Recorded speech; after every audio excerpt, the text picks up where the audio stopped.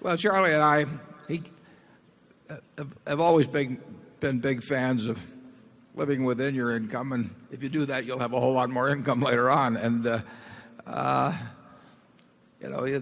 I think they will, to a considerable extent, not a perfect extent, they will follow the example of their parents. I mean, if their parents are coveting, every possession of their neighbor, or trying to figure out ways to increase their cost of living without necessarily their standard of living, the kids are likely to pick up on it. But now you can get the reverse effect. If you get too tough with them, they go crazy later on.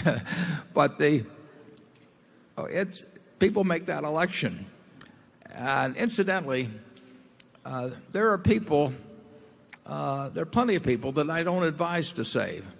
I mean, if you're struggling along and making a reasonable income and you have a job with a 401k being put aside for you and you have Social Security, who's to say whether it's better to defer $1 of expenditure on your family on a trip to Disneyland or something that they'll get enormous enjoyment out of, so that when you're 75 you can have a 30-foot boat instead of a 20-foot boat. I mean, there are choices, and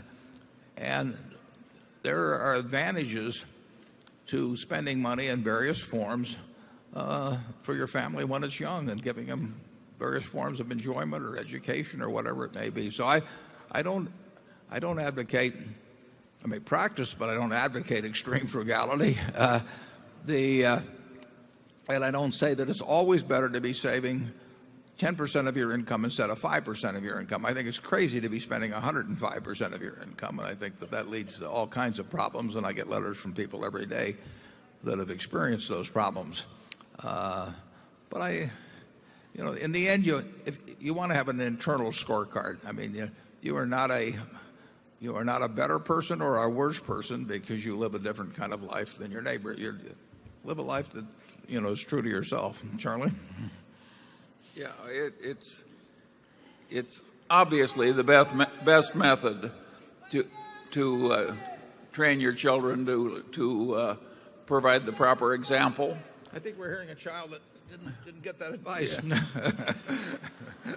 But of course, even if you do provide the proper example, it's likely not to work. It's noon. Some of the time, anyway.